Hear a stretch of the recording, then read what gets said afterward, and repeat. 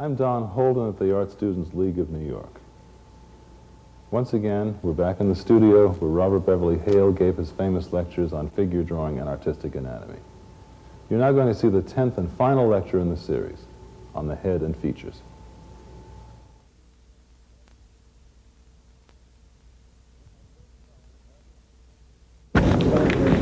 We've been working on the head, and I thought we might tonight take up the features, which of course are the eyes, the nose, the mouth, ears, possibly even the beard, which of course is related to hair tracks on animals and grows in its own peculiar way.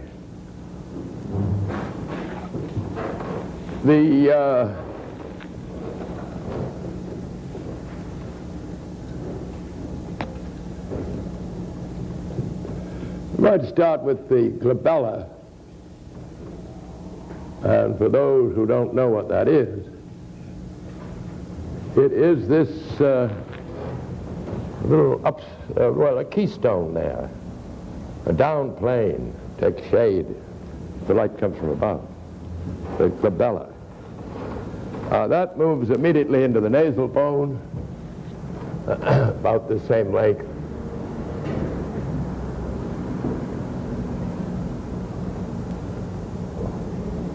And that moves into the nasal orifice.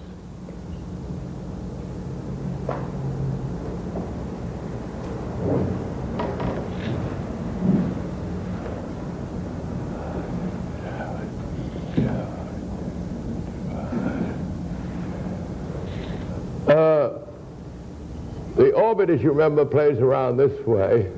One good thing to think of is that the whole width of the head is 5 eyes, and that there's an eye between eyes. The eye would be about that length, I think, because the nose is about 2 eyes, and there'd have to be an eye between it. And that helps you place things. Probably more like that. That's an old rule, of course. There are 5 eyes across the full block of the head. And the nose about 2 eyes long. From the nose to chin is about 2 eyes. The mouth is about 2 eyes, average. You know the average, you can see the odd. Well, the orbit, as you know, runs around with a horizontal really, and a diagonal around the corner, and drops, comes back. Has a little feel here through the skin. And the eye we think of really as an eyeball. It's like a little ping pong ball that's thrown into this cup, you see. To a great extent, the drawing of eyes is to be conscious that there is a ball. And all students learn to run lines over forms, you see. You see, it's just circles, semicircles around the form. That's the way you get eyes.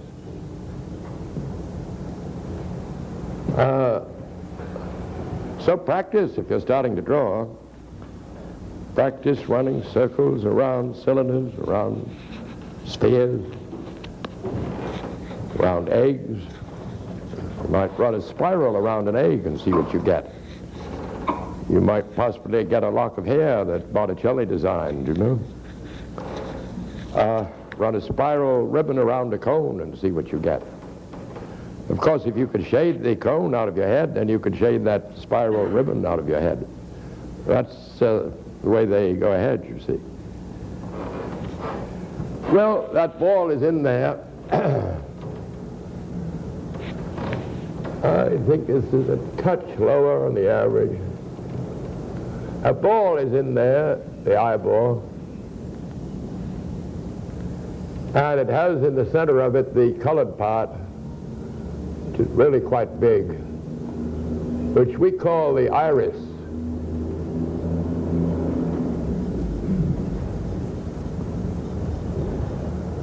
And in the center of that is the pupil, through which we look.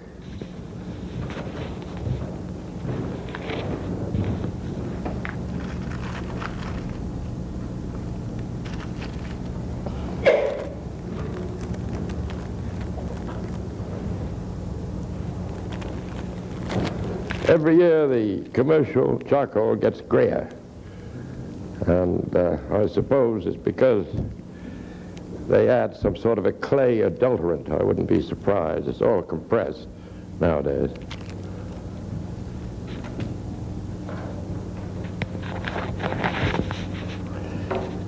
The upper lid, perhaps to some people's surprise, normally just clears the iris. It starts about here, and you see, it just clears the iris.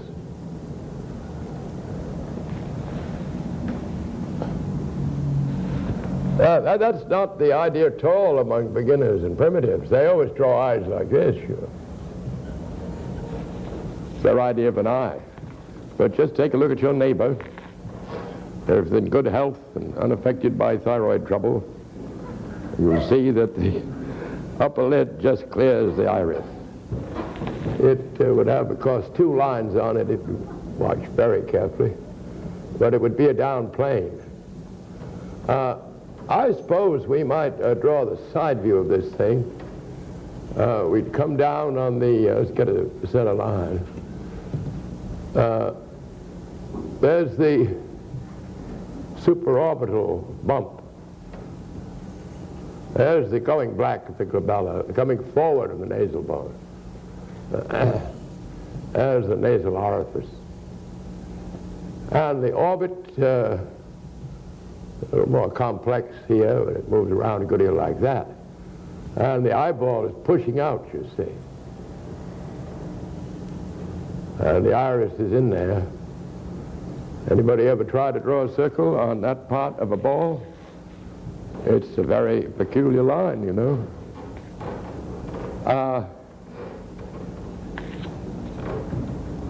You might think occasionally, take a rib cage that is lying down, you know, just looking up at it.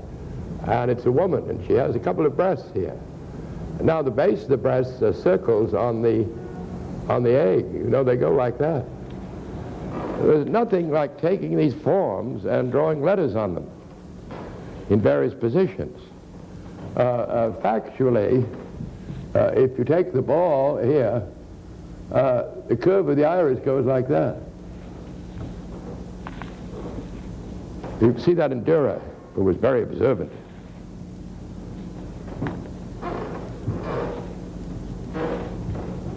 Now, do you remember these two bumps up here, the inner supraorbital and the outer supraorbital? Perhaps we ought to feel this line comes down here. Goes back on the zygomatic arch, you remember? And the cheekbone comes, and the point of the cheekbone is a great landmark for us. It's that. I think a landmark because there's a plane break runs up this way. And that's a very definite front and side to the head. And we're always looking for front planes and side planes. You can feel that on yourself. Line that goes up there from the point. You see, it always hits the outline on the 3/4, which is a very hard outline to get or to place anything there. Now, up above the upper lid,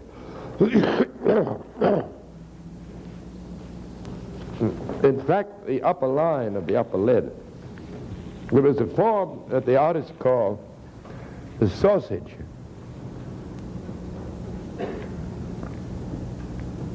And when you draw the upper line of the upper lid, you really think of the sausage more than anything else. It's a great big sausage-like business that takes in this outer bump here. It takes that in.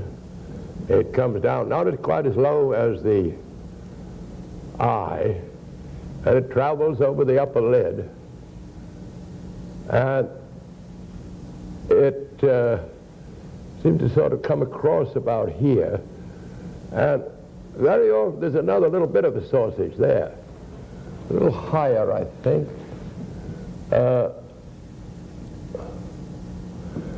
So the sausage is an independent form.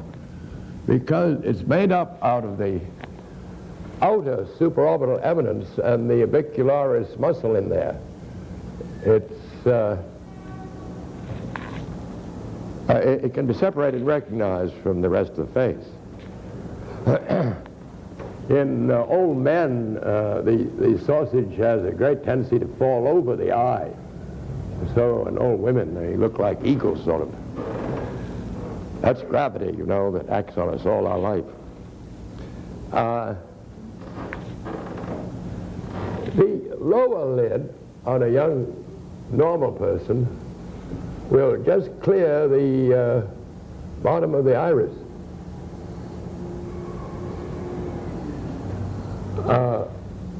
It's well to think of the side view of this.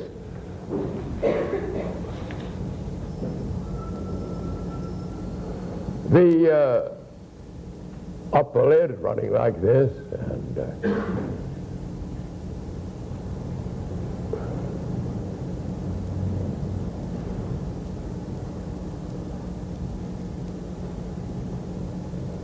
has a strong little down plane on it, you see. That's why I was sort of darkening that up. But the lower lid has a very strong up plane. And artists just love to light this here. That's the lower lid. They might even brighten it with a highlight. There are lots of reasons they do all these things.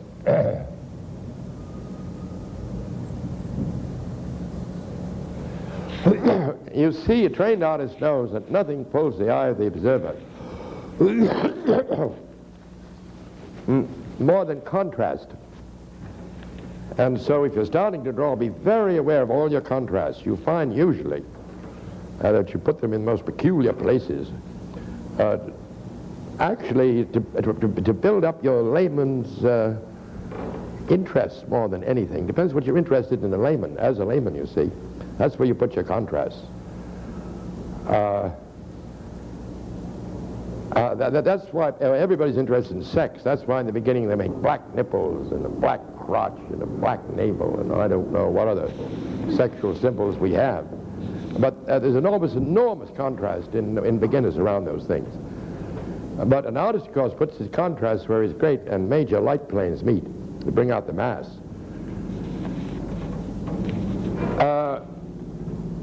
But here's a case where we get a free contrast just because we have an up plane there and a nice dark iris, you see. The light may be coming from here, which is normal and in front, and we would shade, be quite a lot of shade on the down plane on the sausage there. And the artist would be conscious of the contrast between this light here and that dark there. If you take your cylinder and shade it in that light, which is really this, see, it hits the cylinder like that. If you're trained, you know how to move that into the highlight, away from the highlight to the meeting of the great planes, which is there, and then back to the light again. And so the lid itself is pretty much a section of that. That's why artists put a highlight there. Because they want to bring contrast, because you know the old saying is, the eyes are the windows to the soul, and you get the eyes right, you get the personality right. So I'd move up on that highlight, I'd move up on that highlight, and I'd move away to it into quite a dark, and then back to reflective. I certainly wouldn't do what the beginner does, which is to cover it all with cast shadow, so that it doesn't look as if you're an up plane at all. Although the cast shadow is there on practically every one of you as I look at you.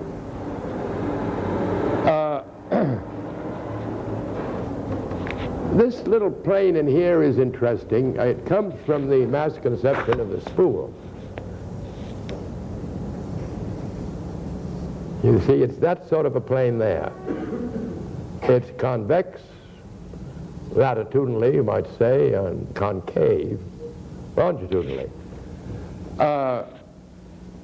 As so many planes have those two directions, you see. Of course, you have to know what latitude and longitude is, or are. And maybe a lot of you don't know, but if you don't, just ask the intellectual next to you. You'll find out. You see, the trouble with teaching in the League is you teach an enormous range of people. And as a teacher, you'll find that there are words like parallel, perpendicular, oblique, diagonal, that a great many of the students don't know. Latitude and longitude, that mixes everybody up, of course. But planes you often think of as convex in the latitudinal way and concave in the longitudinal way, because there are always two directions to a plane. And they're always taken from mass conception. The eyelashes have troubled artists and sculptors since the world began, because they really haven't any mass. And artists and sculptors like to deal with mass.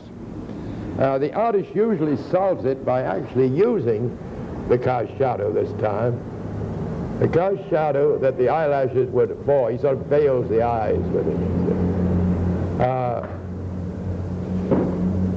You see, it doesn't even look right to do this, which is what beginners do. It looks like some peculiar bug under a microscope, you know, something like, or it looks like Hollywood in a funny way. Looks like a paramecium, looks like all sorts of things. It doesn't look really the way eyes look. So they often use the cast shadow of the eyelids, except in certain cases a 3/4 back of the head. They often seem to be a bad mark there. Can't get it out. They often put a little line of the eyelash here. You see it. But very often you don't use the eyelashes. And of course, for beginners again, begin to think of the sculptor's problem. He can't mold each eyelash out of clay and stick it on, you see. What does he do? Go downstairs and look. There are about 8 pieces of sculpture in the hallway. Marvelous for beginners, those pieces of sculpture, as far as the head goes. In some of them, every plane of the head is very carefully studied. Underneath here is a vague form called the tear bag. Now, it's not very obvious in young people, except after a night of dissipation, perhaps, sometimes. The line on most people between the lower lid and the tear bag, if they're older, isn't very clear. You can see mine, I must be developed by now. It is misnamed. It is misnamed because the tears are actually generated in this big, thick upper lid. The upper lid has the tear glands in it. That's why it's thicker than the lower lid. Oh, well, I was after this plane here. You see, that plane, which is convex that way, concave that way, to the outside, is this plane in here. It is just skin over the bone, you know. Just skin over the bone there. The glabella would be dark because it's a down plane, but the nasal bone would be light because it's an up plane. Of course, again, beginners will throw all the cast shadow they have on the nasal bone, so you can't see the difference between the glabella and the nasal bone on a front view. So look into your cast shadows very carefully if you're starting to draw, and think a lot about them. The eyebrows, of course, the eyebrows follow the orbit, which is natural, because it's supposed to stick out the most here. And what they are really are gutters. They carry the sweat or debris or whatever is here to the outside of the eye, you see. And they run along like this, and be sure to lighten them up in the highlight if they pass through a highlight, because they're very shiny. But they follow the orbit underneath. And as I may have said last time, if you do portrait painting, watch them, because they're influenced by those emotions we talked of.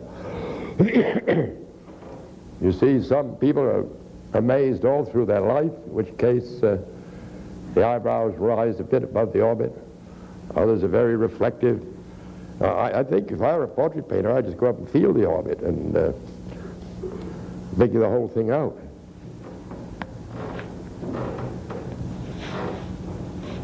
I should have brought some red chalk. It looks like something like that here. There is a peculiar little red gland in here. Little red gland there. I can't get any red. Which is called the caruncula. And it secretes a kind of this waxy substance that sometimes you find in your eyes after a hard night out. Right next to it is a curious little, much darker red film called the plica. The plica is interesting because it's the remains of the third eyelid we used to have when we were water animals. Went across that way, as many water animals have. That was discovered by the great German biologist Müller. He found a few muscle fibers in it. See, you have to know your history, or otherwise you don't know where to place your gratitude. So study history for gratitude.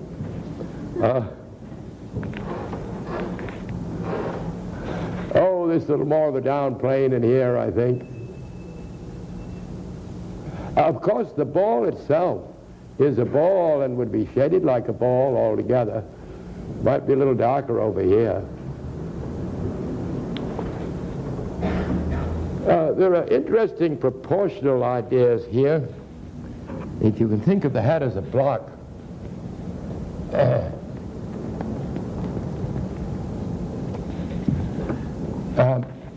If you drop a line from the inner corner of the eye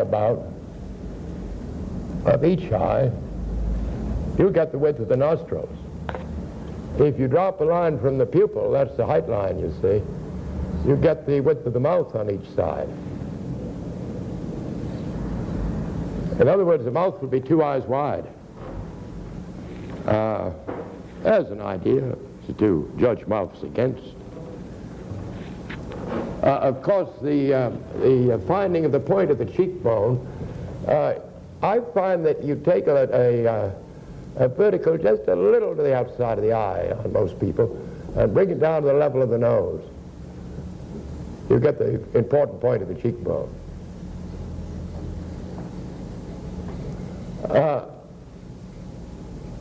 This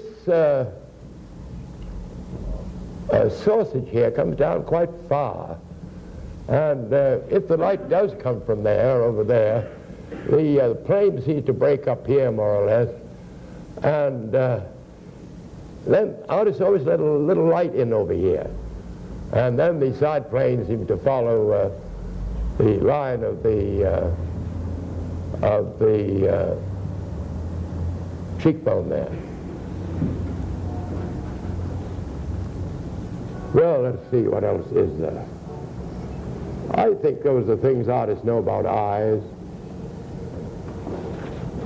The iris, pupil, upper lid, the sausage came as a surprise to me when I was taught it as a student, I know.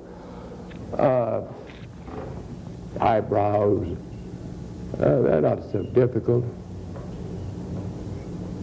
The tear bag, the amorphous form. Let's think about the nose. Some of these details of the nose are hard to get except in a medical book. But the nose has a plate inside, comes right out like this, called the septum. On the side view, it would look like this. And of course, people note the little change in angle there between the septum and the nasal bone. It's a little like the rib cage, you know. You draw a little rib cage from the front, and you get the manubrium and the gladiolus. It's like the angle of the sternum. Now, the septum here opens up a little as it comes down. It's quite wide, really.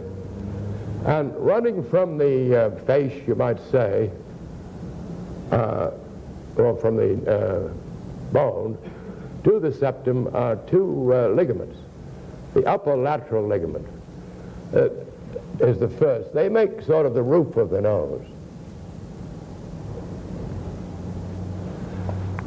Under that is the lower lateral ligament, which is sometimes called the comma ligament, which you see very clearly in animals because they're not all so fortunate as to have nostrils.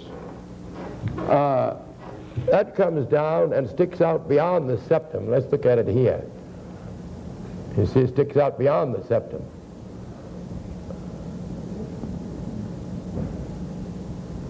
Like that. And then the nostril, you see, fits in there. Nostril is just cartilage and fat, very movable. This lower lateral, if you watch for it, you can see it on a great many people very clearly. On here they come out, you see, and they touch the two lower laterals.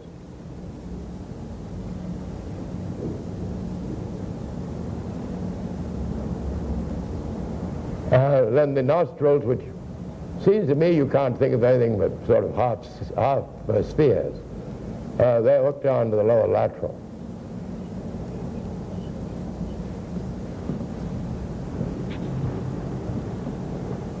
Well, of course, the light comes from there. The nose has a side plane.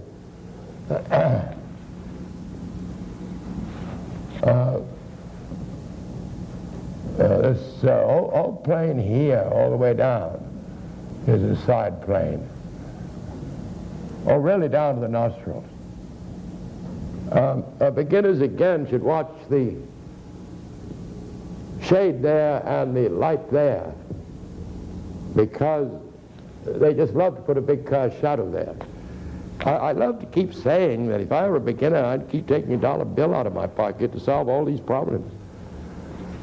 Because Gilbert Stuart was a great artist. And he's not going to give you a lot of cast shadow over on the side of the nose here just because it's there.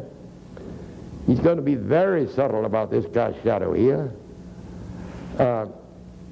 He's not going to throw a cast shadow on the side plane of the hair, even though of course it would be there. All kinds of things in that. He's going to make this little up plane on his coat very bright here, and very bright here, that little narrow place, even though the cast shadow falls on it. Certainly, I would say the greatest of our colonial artists by far. A lot of people will shout Copley, I know, but get a little more panache, you know? A little more panache. God knows he was a drunk. He was a drunk, and you know what he did? He made it in this picture of George Washington that you all have in your pockets. And he took it home. He had a hard time painting it because Washington was very deadpan, you know, and he tried to amuse Washington by driving horses past the stable studio door, even driving young girls past. But Washington just kept this absolutely grim look. And finally he said to Washington, let's forget that I'm Stuart the painter and you're the great General Washington. And Washington said, let's not forget. He wouldn't change this deadpan he had. But anyway, Stuart got a pretty good picture. And he took it home and he thumbtacked it up inside a cupboard door, you see. And then whenever he needed a little money for liquor, he'd sell a copy for $100. That's why there's so many copies of this picture. It's called the Athenaeum. The original is in the Athenaeum in Boston.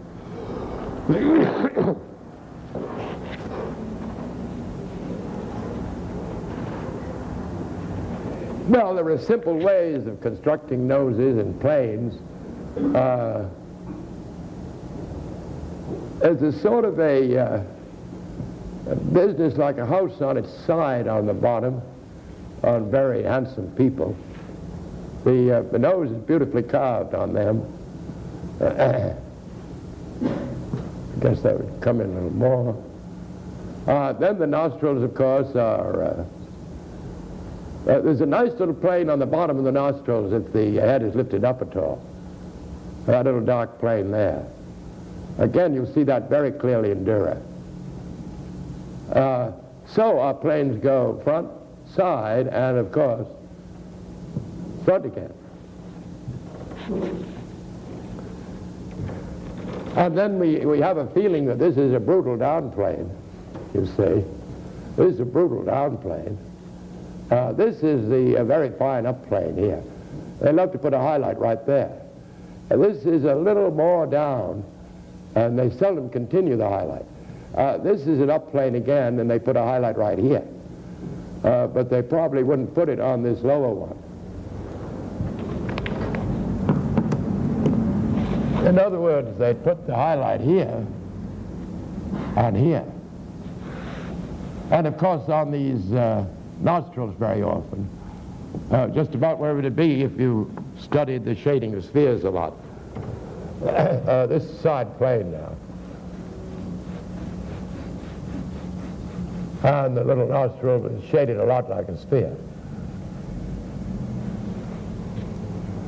Well, let's see, that gives us the mouth. That, I think, brings you right into cylindrical concepts. The mouth goes around the teeth, and you know that teeth are cylindrical. That means that we have to study those things a lot, as we already have, I think.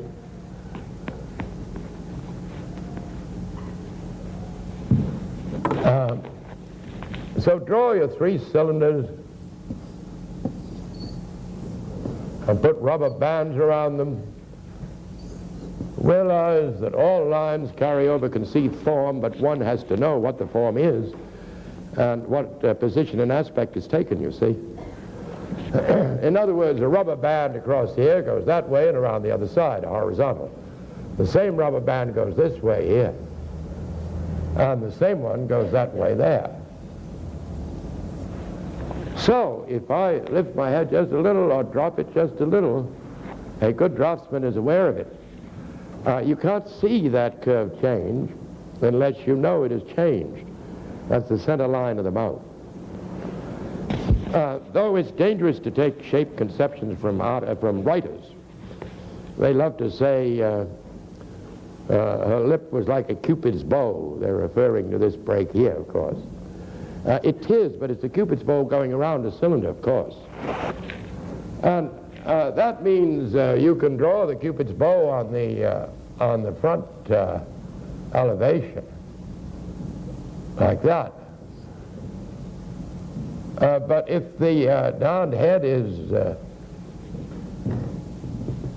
tipped this way as a whole, you see, it'll be more pronounced.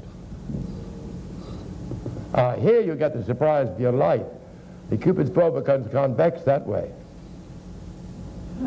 And even this line changes a bit. The line here is interesting. You know, artists draw lines where planes meet. And this plane meets that plane there, you see. Artists also draw lines where one color meets another color. That's white, and that's dark. You see, some other color. The upper lip fulfills both conditions. In very young people, there may be a break of planes here, but as you get older, this line here is just a line where one color meets another color. I don't feel any plane anymore there. But you draw it anyway, because you draw lines where one color meets another color, you see.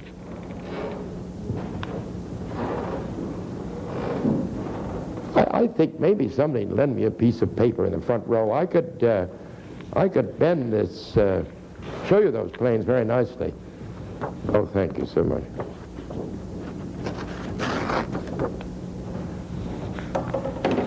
It's this movement over here, you see, that you draw the line on.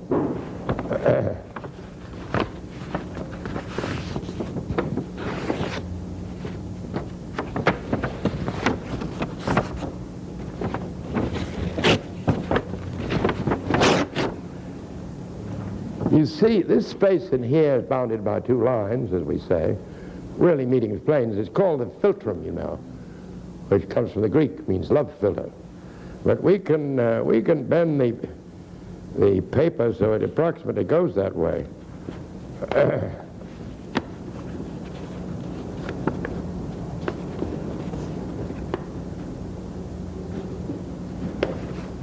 And then we can draw the Cupid's bow on there.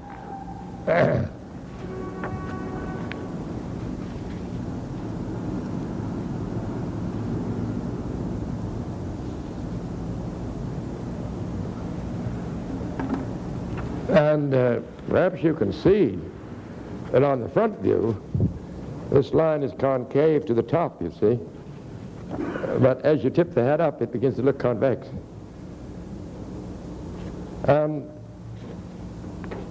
Since we, of course, mask the head as we're studying draftsmanship, we know what way that cylinder is going because it's going the same direction as the head. And we draw the mouth around it. Of course, anatomically, I guess everybody knows.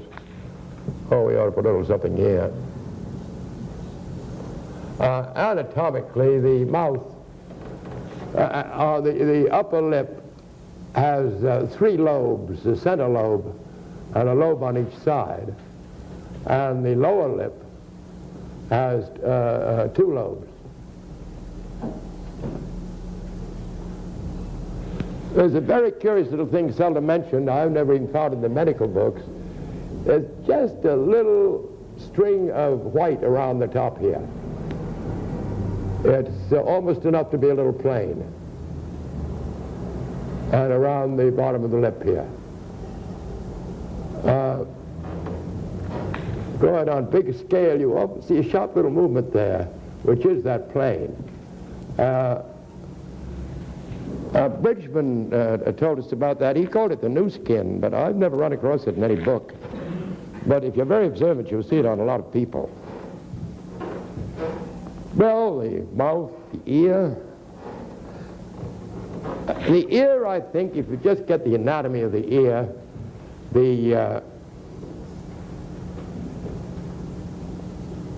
this outer rim of cartilage here is called the helix.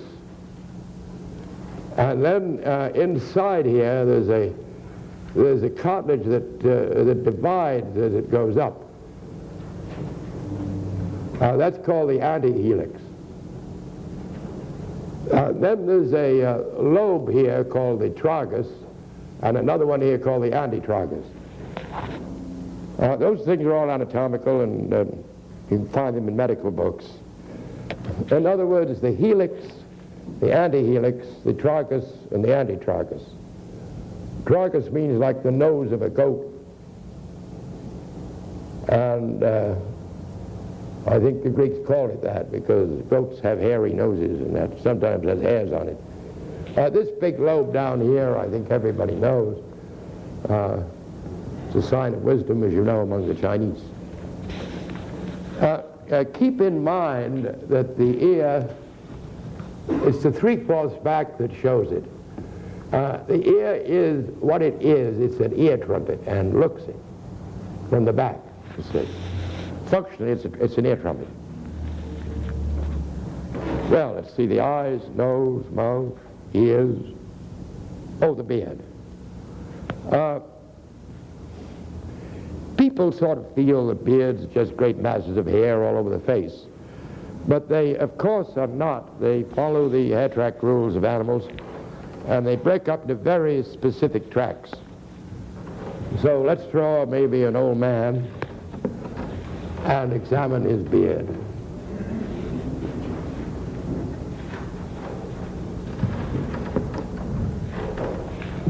I suppose we'd feel the mass of his head, in the ball, vaguely. You might get a center line. Maybe we box it up a bit, but we take that up later.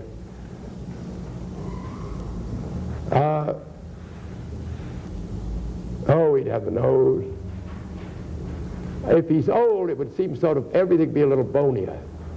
You know, the skeleton sort of comes through as you get older.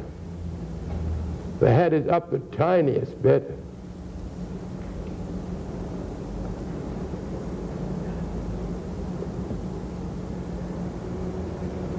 There'd be 5 eyes across there and an eye in between. I guess his eyes would be about here. The sausage would be over it. He'd have bushy eyebrows if he's old. His supraorbital bumps would be clear. His frontal eminence would be clear.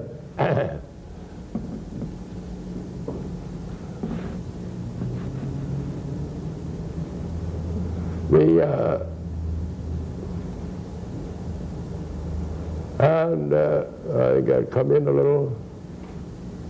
I suppose his tear bags would be clear if he's old.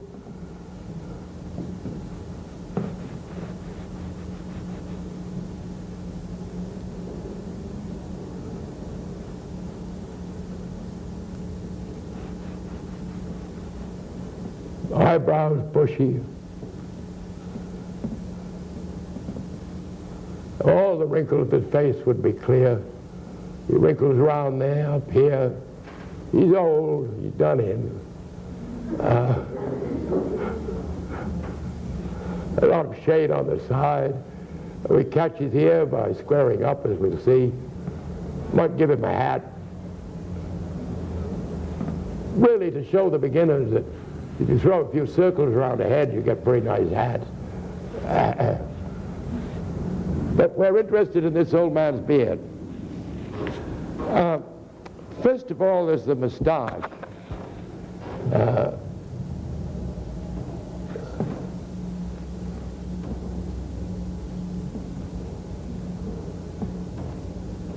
And then there's the goatee.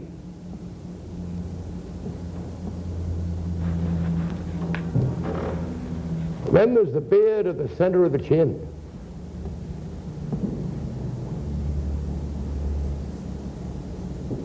And then the beard of the corner of the chin.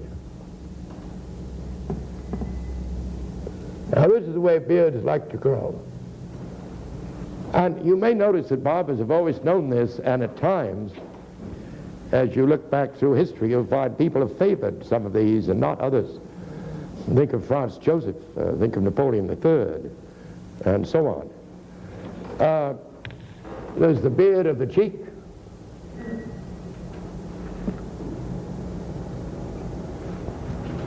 There are the sideburns, named after General Burnside of the Civil War. And finally, there's the magnificent beard of the throat, which can grow any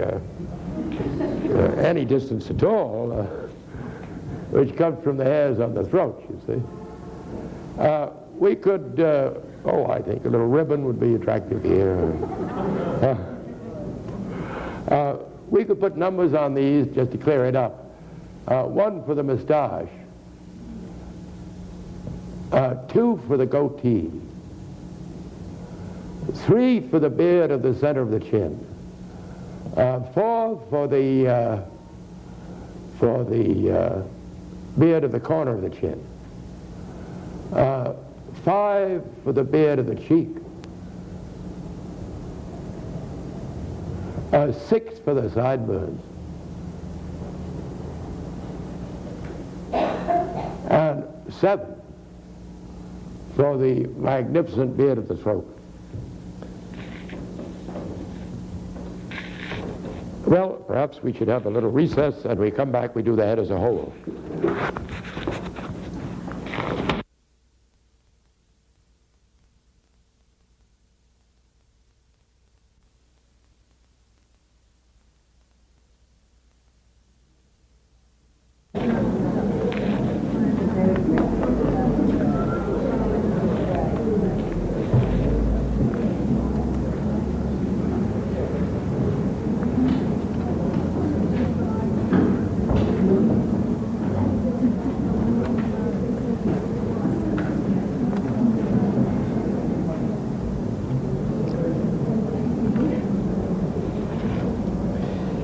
Well, now I think we might take up the head as a whole on that really extraordinary difficult problem of tipping heads in this position, that position, and the other position. That taxes all the qualities of draftsmanship. The solution seems to be, of course, to put the head in a rectangular mass and to carry one in your mind of a certain size.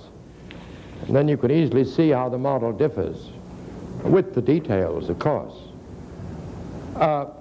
Certainly, if you're starting ahead from the side, you'd feel the mass first in your mind. Maybe you feel it unconsciously later. It's the egg and the ball. And you can block that up, you see. People like to say that that ball in the back is 5 eyes by 5 eyes if you block it. Its diameter is 5 eyes. I've found it a beautiful proportional aid, because the 5-eyed line seems to keep reoccurring in drawing, as I pointed out. Well, you can feel that in the back. You can always feel cubes in any rectangular mass. And actually, the whole solution of perspective for the figure is learning to draw cubes in any down position you please, not only in the architect's manner, but in the perspective manner. Because perspective, of course, is drawn from architecture, from the conception of the front, side, and top view, the front elevation, side elevation, and plan. And we have to get a certain instinctive feel of that before we can really draw beautifully. If you take the depth of the head as 6 eyes, you can drop it 7 eyes and get a pretty normal head. And then you find all these things we're talking about on the skull are pretty true. That's the line of the widow's peak, as they call it. It's about 1 eye down. And then you divide that into thirds, and I would say they were each 2 eyes, because this is 7 down there. The top of the head is about here. And the thing about the widow's peak is really not the hair we think of, but the plane break, you see. And you get all these things we've been studying. Now, this center line goes through the top of the glabella and the root of the nose. The lips may come out a good deal or not so much, you never know. And the chin may come through or just touch the box. One thing that beginners never get is the almost universal truth that the eyes are in the center of the head. They always draw them up here someplace. I've never figured out why, except maybe they remember the days when they looked up at their mommy and daddy or something like that. I don't know. But just, you see, the top of the head is way up here. And the eyes are about halfway down on the average head. So we could feel the eyes about there. And the eyebrows move around. Now, this is a famous depth line. And here is a depth line. We're moving into blocking. We think of the body in the doctor's anatomical position. And we block each part of the body. And these are the height lines. These are the width lines. These are the depth lines. But we may put the body in some very odd position. This still is the height line of the block, you see. That remains for descriptive purposes. The hard ones for students to get are always the depth lines. Well, they like to say the ear comes in between the 2 lines there. And the mouth is too high for the normal. The mouth is supposed to be 2/3 up there, be about there, I think. The commissure, where the lips meet. The point of the jaw is supposed to be on the same level as that, you see. Then the head comes around, and the mastoid process comes through the box.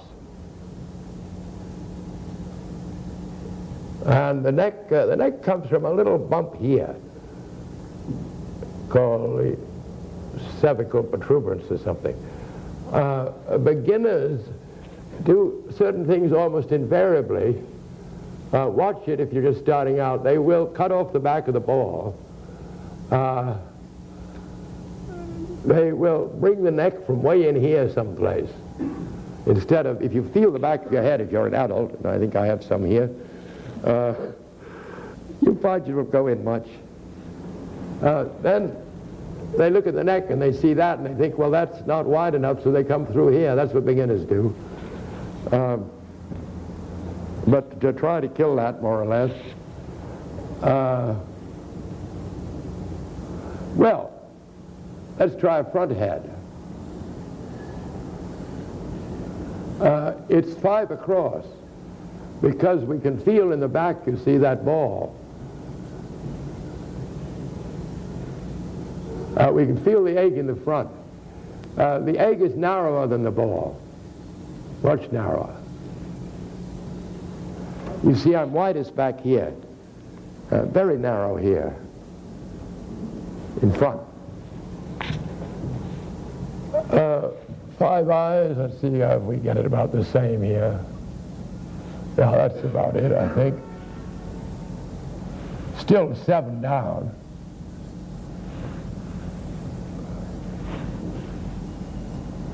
Center line is always valuable. Then we just take these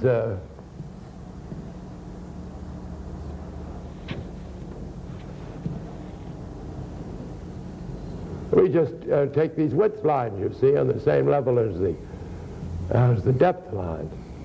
There's your rule of 3, you see.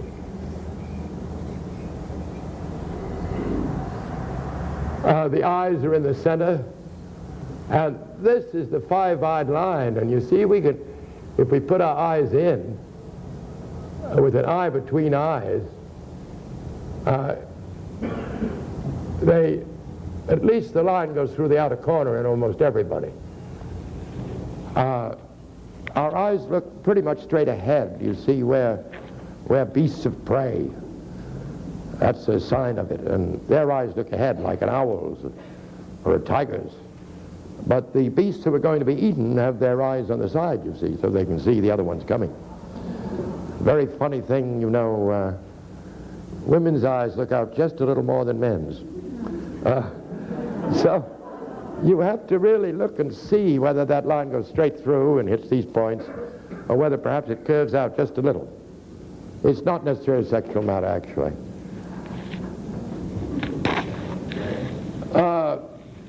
Well, here are all these things we've been studying, the nasal bone and the nose and everything,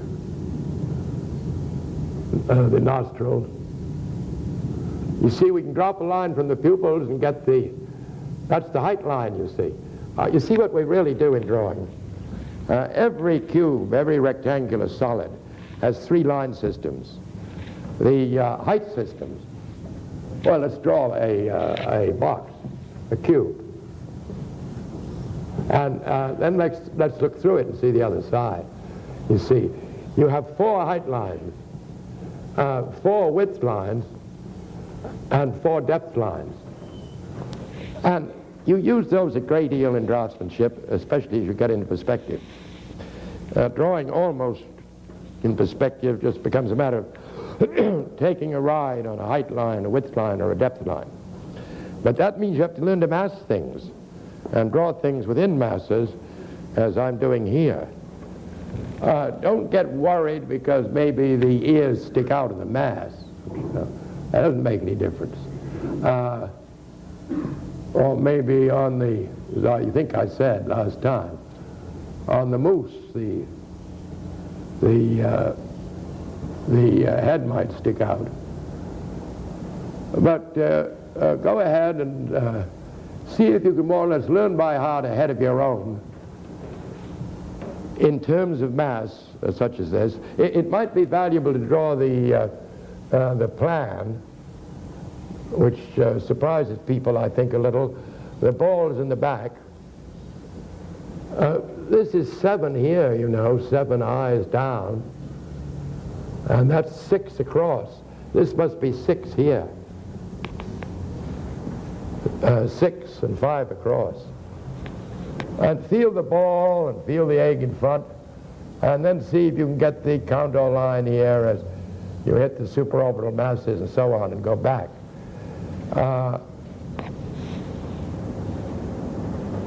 If you can't think other views of the body when you're drawing, you really lose a great help in drawing, I assure you.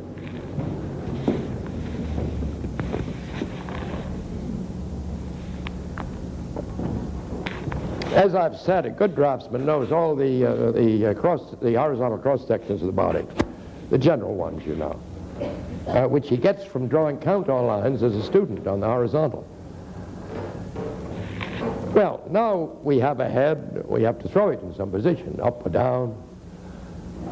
So what do? We draw a box and we throw that in the same position we want our head to be, you see. After you've drawn a few head boxes, they become almost instinctive. I think I'll throw this up a bit, you see.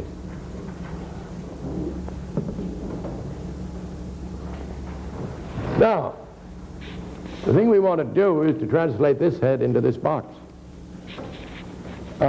We can get a center line there, and then we can mark off these other lines. Those are the width lines, you see. And they'll help us. And we can mark off the depth line. If we wanted to, we could start off this way. We could vaguely feel the egg and the ball, you see. But you see, the trouble with eggs and balls as mass symbols is that they don't give you any precise direction. It is only the blocks that give you precise direction. We know all about that head. It's looking that way, there's just no doubt. But it's awfully hard to say what that is. I could have drawn that first and then put the box about it if I'd wish. You might practice that.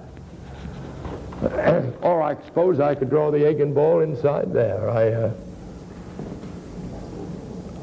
think it'd be about like that. Now, all the information is here. That's the way the architect draws his plans in order to give information to the workman, you see. Those are the blueprints of the head. And, of course, they can be carried from there over to here. The glabella, you see, would be something like this. Now, we come to quite a problem here. The features all have to look the same way as the head.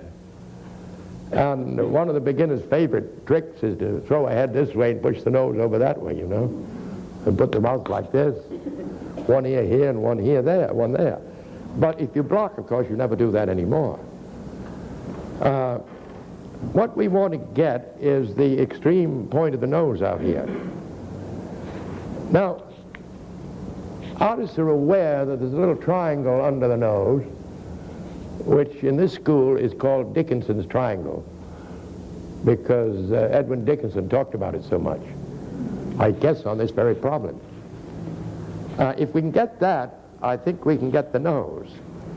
To make this into a very simple pointed nose, we'd get that, and that would be the point of the nose. If we can get that line on that figure there, we can find the point of the nose, you see. I think I could have got a better proportion there on those.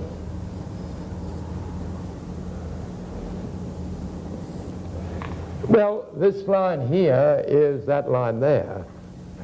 And if you can think like an artist, you realize it's that line. Awfully funny thing in drawing, you know, a point is a symbol of a line on end if you're on the level of that line and directly in front of it.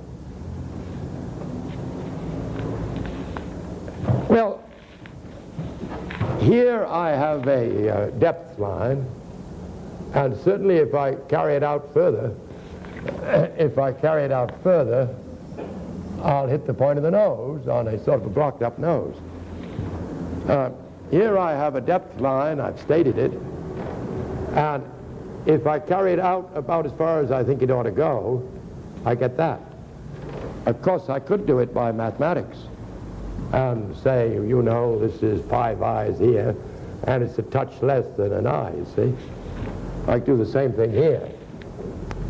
Then just by pulling a triangle down to the depth line, I can get the nose directed and put in the glabella and come down and at least create a simple nose of some sort into which I could pack the real nose of the model. But at least it would be looking in the right way.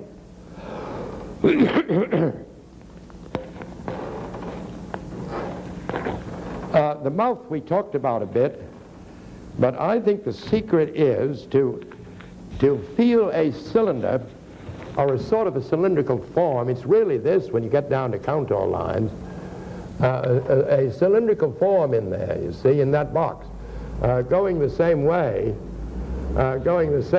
as the box.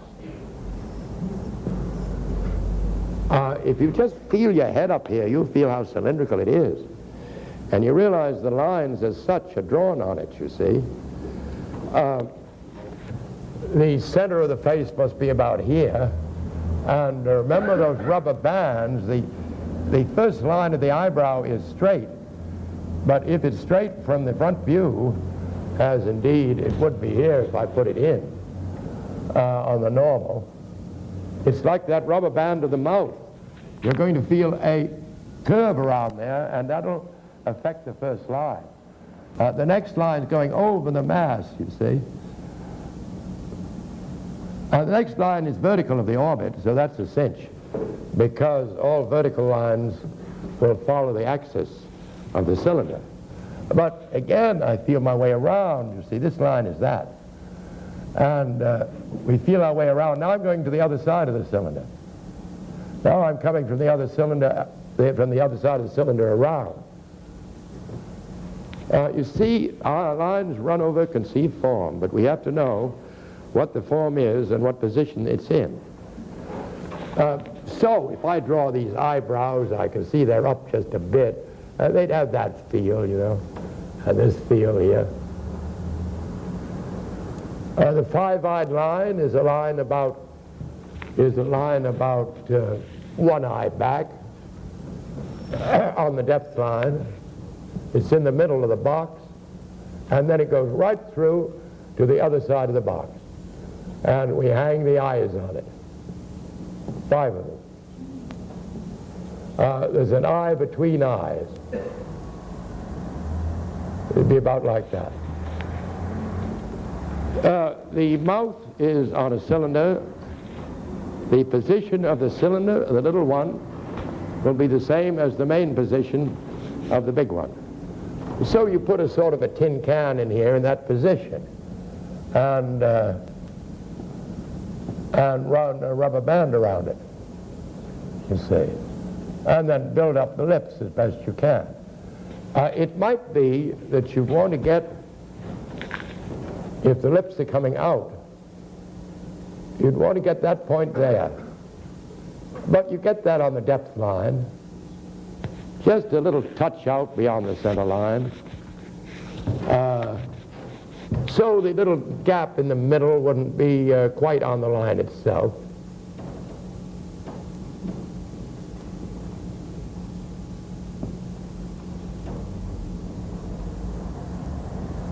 The chin may either touch seems to be touching here.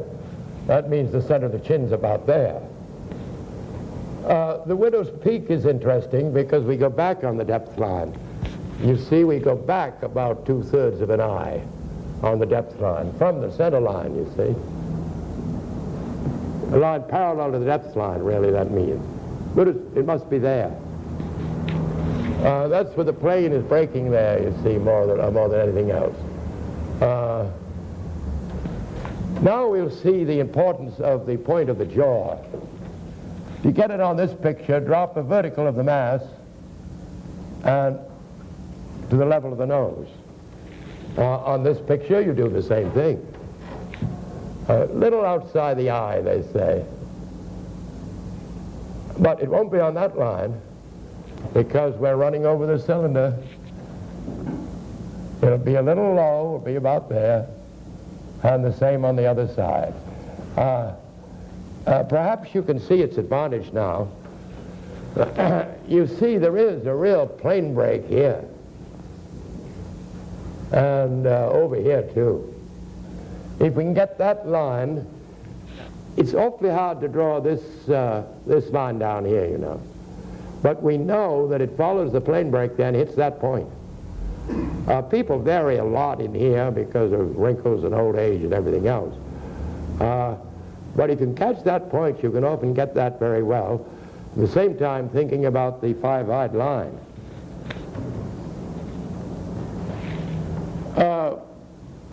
The ears, oh, I see, that should be changed. The ears are just between these two depth lines,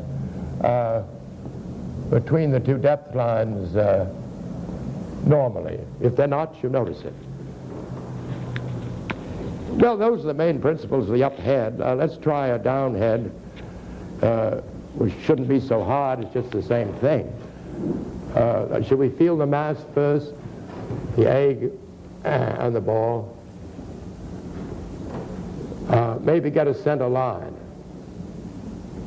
The center line through the edges is run through the top of the glabella and the root of the nose.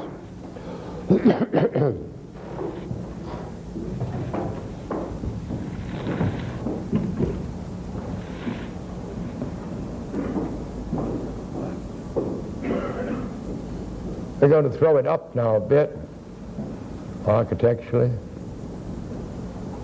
Quite a wide side plane here. The front is so narrow. Again, we on the center line, we get the rule of 3. Yeah. Those are the width lines, you see. They're all parallel one to the other in this type of drawing I'm doing, which is architectural. There's your depth line.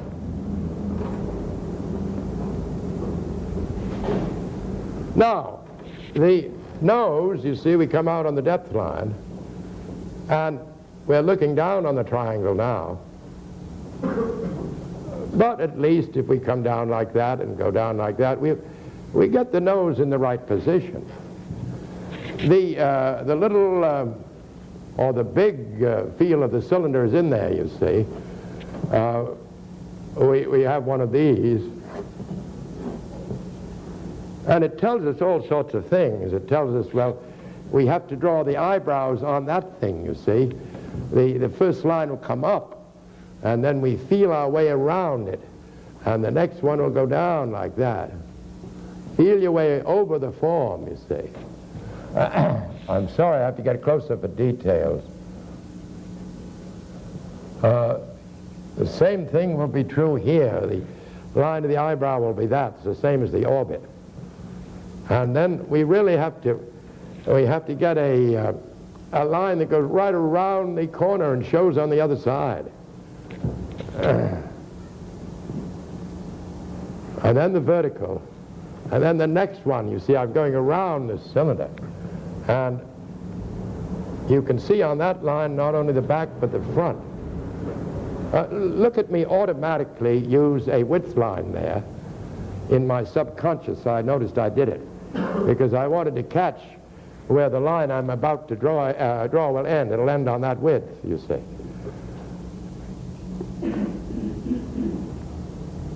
A point of the cheekbone we can catch out here. And that makes it pretty easy to come down on the far side there.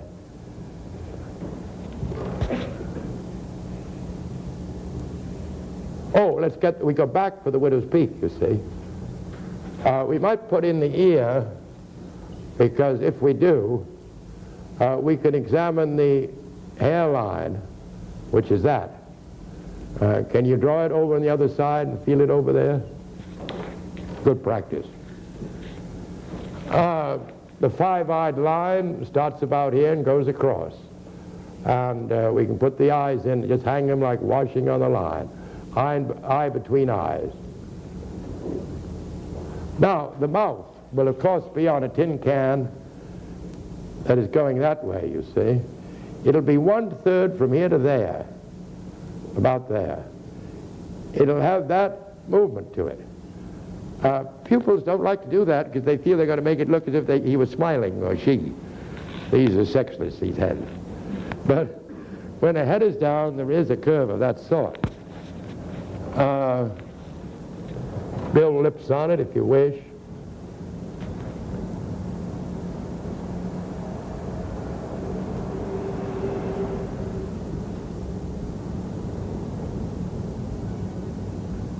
And you get a sort of a head.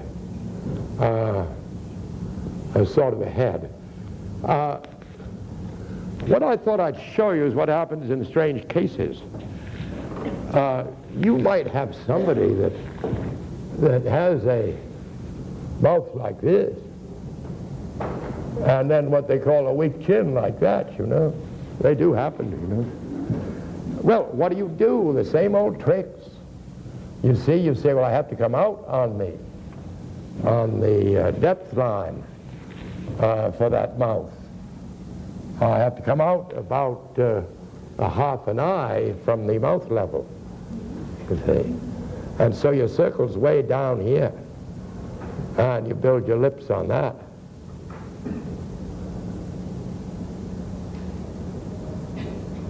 And the center of the chin is back on the depth line, in the box. The center of the chin must be about here. And then you'd have to change that, you see. And then that person becomes that. As you get terribly sophisticated, as life goes on, you've drawn so many contour lines down the center profile and in other places that to a great extent you get your center lines by drawing the contour line of the profile, you see. And you place lots of things that way. I know a lot of artists place the eye by feeling the contour line in here. So practice lots of contour lines. Use lots of construction lines, even though they mess up your drawings, and you become very able craftsmen. Well, I'm afraid that this is our last lecture. This is our last lecture, and partings are always sad, and I think they were best expressed, as far as I know, pretty close, by one of our great folk singers, whose name was Leadbelly. His real name is Leadbetter. Leadbetter was born in 1888 in Morningsport, Louisiana. And he grew up, but he was quite a bad boy because he committed murder, assault, and homicide when he was in his early 20s. So they got him and they put him in prison for life. But he went to prison with a 12-string guitar, you know. And though he used to, he was in the chain gang, he used to break rocks all day. At night, he would go home to the prison, and he'd play the 12-string guitar and make up songs for the other convicts. And a great folklorist, Avery Lomax, heard about this. And he went to the governor of Louisiana, and he said, this Leadbetter is really an incredible musician, and you've got to give him a pardon. So the governor said he'd give him a pardon. And when Leadbelly heard the pardon was coming, he wrote a song that goes, take this hammer, take it to the captain, tell him I'm going, tell him I'm gone. And if he asks you, maybe was I laughing, tell him I was crying, tell him I'm gone. Thank you.